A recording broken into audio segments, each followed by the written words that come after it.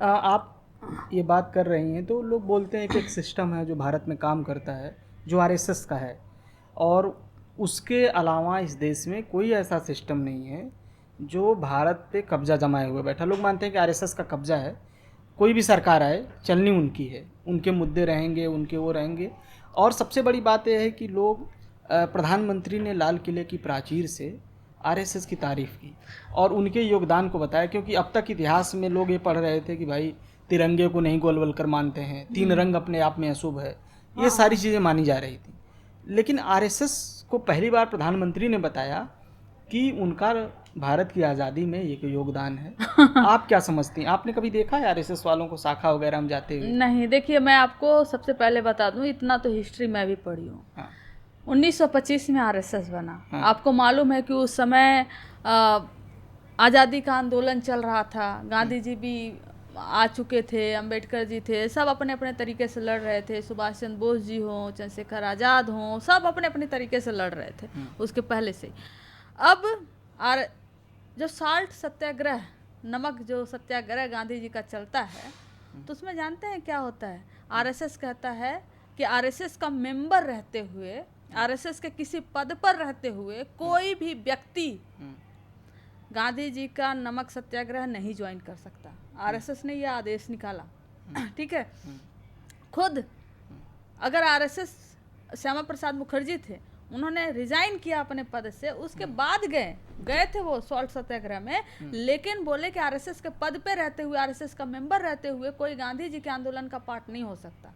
इसी तरीके से जब 1930 में है ना झंडा फहराया जाना था, नेहरू जी ने कहा कि ये झंडा फहराया जाएगा, उसी समय आरएसएस कहती है कि हम इस तीन कलर को मानते ही नहीं है, तीन कलर अशुभ होता है, हम इस झंडे को ही नहीं मानते, झंडा भगवा होना चाहिए। उस समय भी था कि हम तिरंगे को नहीं मानते, और ये तिरंगे में हरा रंग है। हरा रंग क्योंकि ये लोग जोड़ देते हैं मुसलमानों से, राइट? तो हरा रंग नहीं होना चाहिए, हम तिरंगे को नहीं मानते। उसमें कोई आरएसएस का नहीं गया, उस झंडे का बाइकॉट किया और बोला कि यह झंडे को कभी भी कोई भी हिंदू, इस अशुभ रंग को और इस तीन कलर को कोई भी हिंदू नहीं मानेगा। कोई भी हिंदू का कहने का तात्पर्य उनका था आरएसएस नहीं मानेगा। फिर 1942 आता है, 40 आता है, उसमें जब क्विट इंडिया मूवमेंट चलता है, तो आरएसएस तब भी कहती है कि हम क्विट इंडिया मूवमेंट का सपोर्ट नहीं करेंगे, और आरएसएस ने नहीं किया। और आपको यह भी मालूम हो कि जब सुभाष चंद्र बोस जी अपनी आर्मी बना के आज़ाद हिंद फौज लेकर आ रहे होते, बर्मा तक पहुंचे होते हैं, तो यही आरएसएस कहती है कि जाओ जगह जगह अपनी शिविर लगाओ। आरएसएस को ऑर्डर होता है आरएसएस के कार्यकर्ताओं को जगह जगह अपनी शिविर लगाओ, उस शिविर में जो युवा हैं उनको ट्रेन करो, और उन युवाओं को अंग्रेजों का जो फोर्स है उसमें ज्वाइन कराओ। और अंग्रेजों की फोर्स जो है वो लड़ रही थी सुभाष चंद्र बोस की फौज के खिलाफ।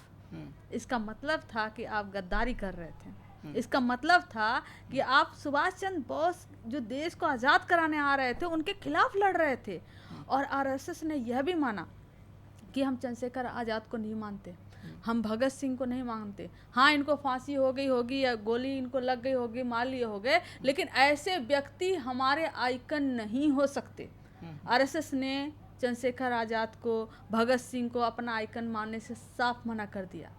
और उसके बाद फिर क्या होता है, 1940-42 के बाद जब देश का बंटवारा चल रहा होता है, क्विट इंडिया मूवमेंट चल रहा होता है, तो वेस्ट बंगाल जो है था उस समय, है ना, तब डिवाइड नहीं था बांग्लादेश, बंगाल में और सिंध में यही श्यामा प्रसाद मुखर्जी जिन्ना के साथ मिलकर, मुस्लिम लीग के साथ मिलकर अपनी सरकार बनाते हैं। तो इनका कौन सा योगदान है इस भारत के आज़ादी की लड़ाई में? कोई योगदान नहीं है।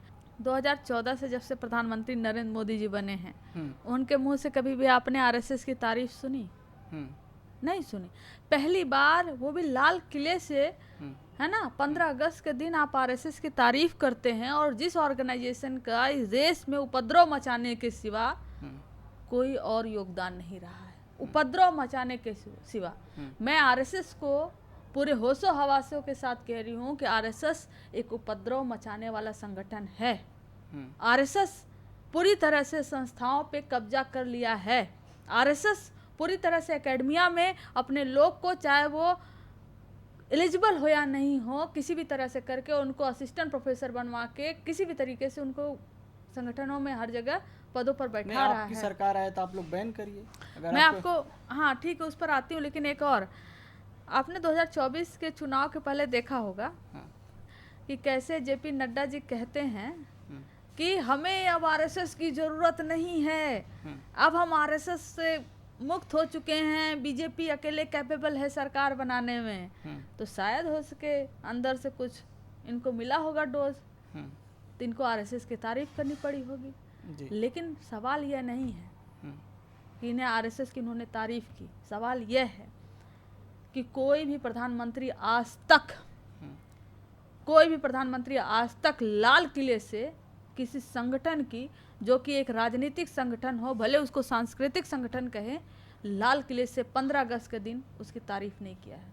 ये पूरी तरह से गैर संवैधानिक था।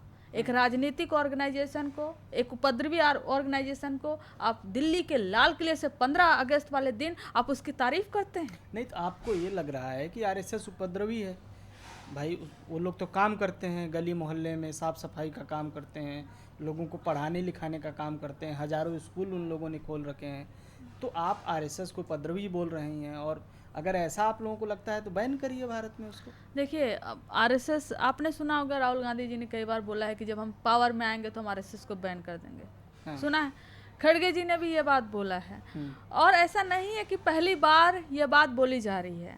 सरदार पटेल जी ने आरएसएस को पूरी तरह से बैन कर दिया था जब यह पाया कि गांधी जी की हत्या में नाथूराम गोडसे का ने किया है और उसका संबंध जो है वो आरएसएस से है। आरएसएस को पूरी तरह से आतंकवादी संगठन करके सरदार पटेल जी ने बैन किया था। लेकिन समस्या वहीं से शुरू हुई कि जब आरएसएस में, क्योंकि बहुत सारे लोग जुड़े हुए थे, आरएसएस एक संगठन है, आप उन सारे लोगों को, उसमें डिबेट शुरू हुआ क्योंकि आरएसएस वालों ने लिख कर दिया नहीं हम ऐसा काम, अब हमारे इनसे कोई लेना देना नहीं है, हम ऐसी कोई काम नहीं करेंगे, हम सुधर जाएंगे। ये लोग कहाँ जाएंगे? जो लोग जुड़े हैं आरएसएस से उनको तो कोई रास्ता दीजिएगा ना कि वो कहाँ जाएंगे। तो ये नेहरू जी में, सरदार पटेल जी में और आरएसएस प्रमुख में, बहुत सारे लोगों में बात हुई। फिर ये हुआ कि जो आरएसएस वाले हैं, जब बैन हुआ था, वो अपने प्राइमरी मेंबरशिप से हट के इस्तीफा देके वो कांग्रेस ज्वाइन कर लेंगे। और उसी समय कांग्रेस में आरएसएस वाले घुस गए थे।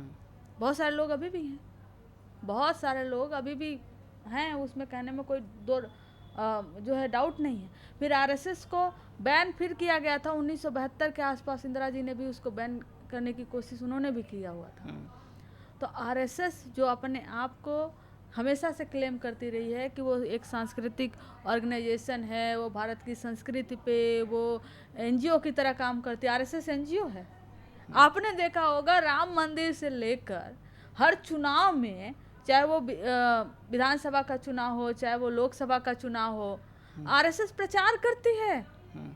राम मंदिर बन रहा था, आरएसएस के जो कैडर हैं वो घर घर में जाकर अक्षत ले जा रहे थे, चावल दे रहे थे लोगों को, हल्दी चावल दे रहे थे लोगों को, और कह रहे थे कि मोदी जी ने ये मंदिर बनवा दिया, नहीं तो नहीं बनता, आप मोदी जी को वोट करिए। तो ऐसा ऑर्गेनाइजेशन, सांस्कृतिक ऑर्गेनाइजेशन कैसे हो सकता है, आप बताइए। और आरएसएस इतना ट्रांसफॉर्म करता है, तो आरएसएस के जो है अध्यक्ष चित्पावन ब्राह्मण के अलावा और कोई क्यों नहीं बनता है? नहीं बनता है ना। तो आप बताइए कि अगर आरएसएस किस हैसियत से मंदिर के उद्घाटन में जाता है और राष्ट्रपति को नहीं ले जाया जाता है, मोदी प्रधानमंत्री जी जाते हैं उस मंदिर के उद्घाटन में, लेकिन राष्ट्रपति को नहीं लिया जाता है। और आप ये बताइए कि जब नया पार्लियामेंट बनता है तो वहाँ राष्ट्रपति नहीं रहते हैं, क्यों? इसका मतलब है कि आज भी दलित पिछड़ों को, महिलाओं को उसी नज़र से, मनुवादी व्यवस्था की नज़र से देखा जाता है, अछूत माना जाता है उनको। जी। मोदी जी हो सकते हैं, आरएसएस प्रमुख हो सकते हैं, लेकिन राष्ट्रपति नहीं हो सकती, समझे। तो इस तरीके से मोदी जी जो तारीफ किए हैं संघ का, मजबूरी में किए हैं, क्योंकि 75 साल आने वाले हैं ना। जी जी। अच्छा। यही तो 75 साल की लिमिट लगाकर मोदी जी ने तो अच्छे अच्छे अपने गुरुओं को विदा कर दिया था ना। बताइए, प्राइम मिनिस्टर इन वेटिंग ही रह गए अडवाणी जी। है ना। बहुत तो सारे लोग। बहुत सारे लोग। हम्म, मोदी जी का भी तो 75 साल आ गया है। हम्म। 75 साल बाद कहीं कुर्सी खींच मोहन मिल जाए भागवत जी ने पीछे बयान से। भी दिया था। हाँ, मोहन भागवत जी ने बयान भी दिया था। हम्म, 75 साल आ गए हैं, अब क्या विचार है। हम्म, तो 75 साल में अपनी कुर्सी नहीं छोड़ेंगे, लेकिन दूसरों की कुर्सी छीन लेंगे वो। तो इसीलिए तारीफ करनी पड़ी, वो अपने आप को बचाने के लिए वो संघ की तारीफ कर रहे हैं।